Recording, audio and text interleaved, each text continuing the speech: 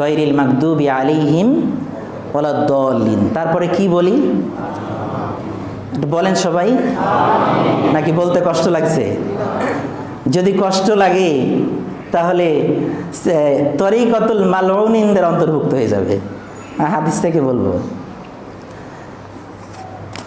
এটার যে ভিতরের কথা এটা আমরা জানি না, আমরা খালি জানি সূরা ফাতিহা পড়ে আমিন বলতে হয়, আল্লাহ গুনাহ মাফ করে দেন, ফেরেশতার আমিনের সাথে আমাদের আমিন মিলে গেলে আল্লাহ গুনাহ মাফ করে দেন, এভাবেই জানি।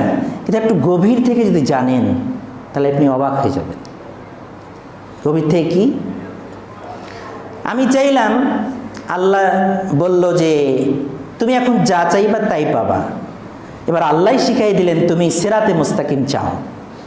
চাইলাম সিরাতে মুস্তাকিম চাওয়ার পরে এই দুই পথ থেকে আল্লাহর কাছে আশ্রয় চাইলাম।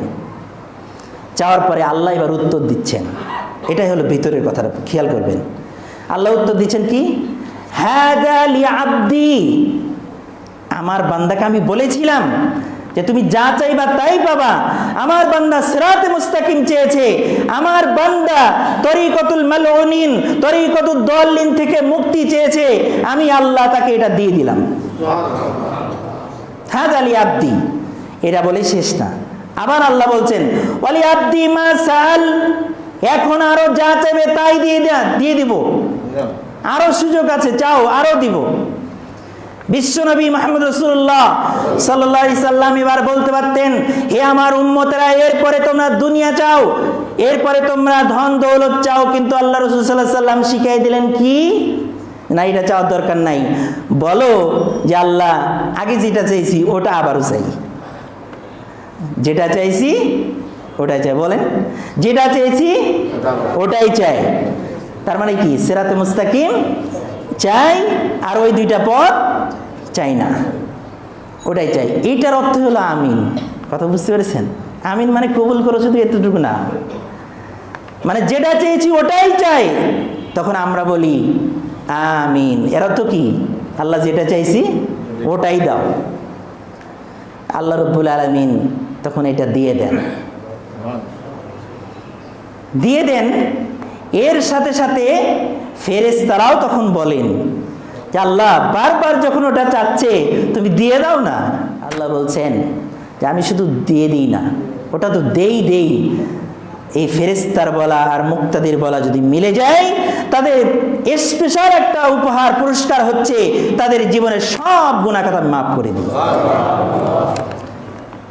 ইদা ক্বালাল ইমামু গায়রিল মাগদুবি আলাইহিম ওয়ালাদ-দাল্লিন ফাকুলু আমিন, যখন ইমাম বলবে গায়রিল মাগদুবি আলাইহিম ওয়ালাদ-দাল্লিন, তখন তোমরা বলো আমিন। ফাকুলু, আমরের শেগা, নির্দেশ দিচ্ছেন কে?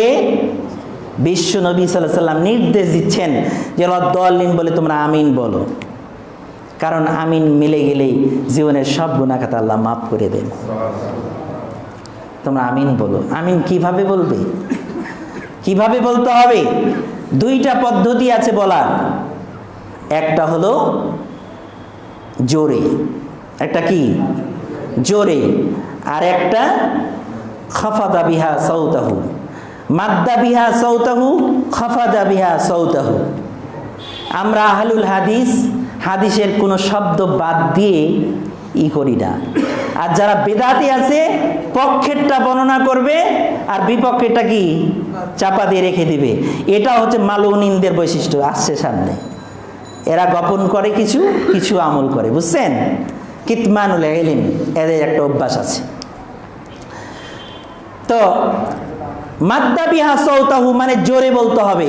ইমাম তিরমিজি বলছেন এটা হচ্ছে সবচেয়ে সহি। জোরে বলাটা কি সহি? ভালো করে শুনেন, জোরে বলাটা সহি। ইমাম তিরমিজি নিজেই বলেছেন।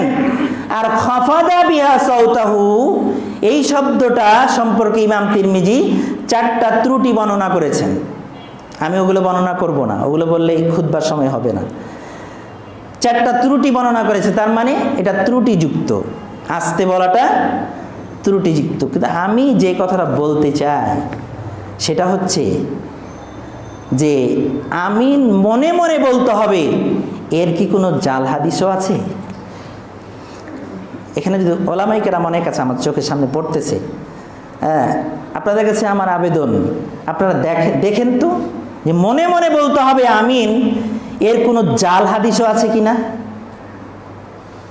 খাফজুন শব্দটার অর্থ কিন্তু মনে মনে না।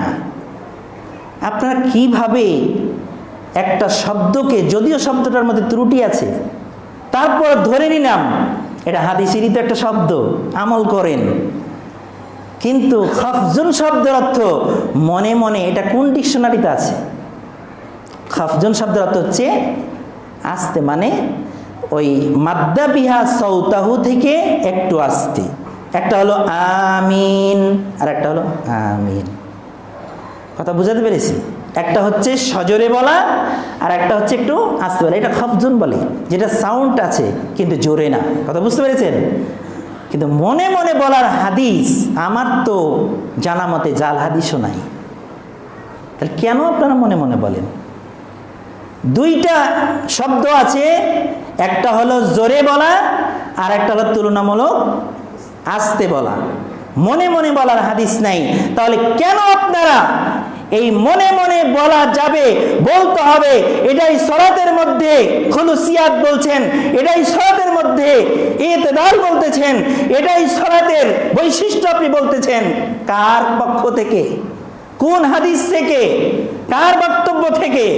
সাবধান হয়ে যান। যদি আপনি নিজের পক্ষ থেকে এটা বলে থাকেন, মাকাদাহু মিনান নার, নিজের স্থান নিজে জাহান্নামে তৈরি করে নিচ্ছেন না তো? এই দুইটা শব্দ আছে। এটা বলার কারণ হলো এখন আপনাদের মাঝেও কিন্তু এই সমস্যা। আমি যেই মসজিদে সালাত আদায় করি দেখি যে আমিন বলার গুরুত্বটা আমাদের মাঝে উঠে গেছে, সেভাবে নাই। যে কয়জন বলতেছে আবার আগেই বলা শুরু করে। আবার কয়েকটা মসজিদে দেখলাম ইমাম সাহেবরাও গায়রিল মাগদুবি আলাইহিম ওয়ালাদ-দাল্লিন আমিন একদমই বলে দিচ্ছে। একদমই কিন্তু বলা যাবে না, দল্লিন বলে অক্ষ করতে হবে, তারপরে আমিন বলতে হবে। তো ইমাম কেন বলে? ইমাম এজন্য বলে যে মুক্তাদিরা তো আগেই বলে ফেলছে, এতে তো গুনাহ হয়ে যাবে, নেকির পরিবর্তে গুনাহ হয়ে যাবে। তাই ইমাম সাহেব শুরু করে দিলেন দল্লিন আমিন একদমই। নাউজুবিল্লাহ, ওটা তো হাদিসের অংশ, এটা কোরআন না, আপনি একদমই পড়তে পারবেন না। মুক্তাদি কি করছে এটা আপনি জানাই দিবেন, কিন্তু আপনি বলতে পারবেন না। ওদের সুবিধার জন্য আপনি কোরআনকে হাদিসের সাথে মিলায়ে তেলাওয়াত করে ফেলবেন, চলবে না। অতএব আপনাদেরকে পরে বলতে হবে এবং জোরে বলতে হবে। যদি জোরে না বলতে পারেন তাহলে তুলনামূলক আস্তে বলবেন। মনে মনে বলার কথা অন্তর থেকে বের করে দেন, কোনো হাদিসে নেই। এটা বানোয়াটি কথা, অনেক বানোয়াটি কথাবার্তা আছে। কাতারের মাঝে ফাঁকা রাখার জায়গা জাল হাদিসেও নাই। 4 আঙ্গুল ফাঁকা রাখার কথা আছে ফিকার মধ্যে, হেদায়ার মধ্যে। 4 আঙ্গুল ফাঁকা কে রাখে? এই 4 আঙ্গুল থেকে 4 বিদ্যা হয়ে গেছে। তো 4 আঙ্গুল ফাঁকা রাখার কথাও কোনো জাল হাদিসে নাই। তো ধরলাম তোমাদের ফিকার মধ্যে আছে, তো 8 আঙ্গুল 10 আঙ্গুল 1 হাত কোথা থেকে পেলে তোমরা? এগুলো বানোয়াটি না, এই কাজ করা যাবে না। এবার আমাদের খুতবার সময়ও শেষ। কয়েকটা বৈশিষ্ট্য আপনাদেরকে আমি বলি, তার মধ্যে একটা হলো আমিন। যেহেতু বলছিলাম, আয়েশা রাদিয়াল্লাহু তাআলা আনহা বলছেন যে রাসূল সাল্লাল্লাহু আলাইহি ওয়াসাল্লাম বলেছেন, মা হাসাদাতকুমুল ইয়াহুদ, তোমাদের উপরে ইহুদিদের হিংসা নাই অন্য কোনো বিষয়ে এত। মা হাসাদাতকুমুস সালাম আলাস সালামি ওয়াত তামিন, যতটা হিংসা আছে সালাম এবং আমিনের ব্যাপারে। মালাউনদের হিংসা সালাম এবং আমিনের ব্যাপারে যতটা আছে অন্য কোনো বিষয়ে এত হিংসা নেই। তাহলে এখন মালাউনদেরকে শায়েস্তা করার জন্য সালামের প্রচার প্রসার বেশি বেশি করা দরকার না? দরকার না? বেশি বেশি দরকার। আর আমিন বেশি জোরে জোরে বলা দরকার, ওই বেটারা শুনে যেন ওদের গা জ্বলতে থাকে। এই জন্য নবী সাল্লাল্লাহু আলাইহি ওয়াসাল্লামের মসজিদ লালাজ্জাতান, গুম গুম করে কেঁপে উঠতো আমিন শোনার পরে। বুখারীর মধ্যে ইমাম বুখারী রাহিমাহুল্লাহ অধ্যায় কায়েম করেছেন, আর আপনি কার কথা নিয়ে নাচতেছেন মনে মনে বলার কথা, হাদিস কোরআন বাদ দিয়া। এটা হলো ইহুদিদের একটা বৈশিষ্ট্য, ওরা আমিন সহ্য করতে পারবে না।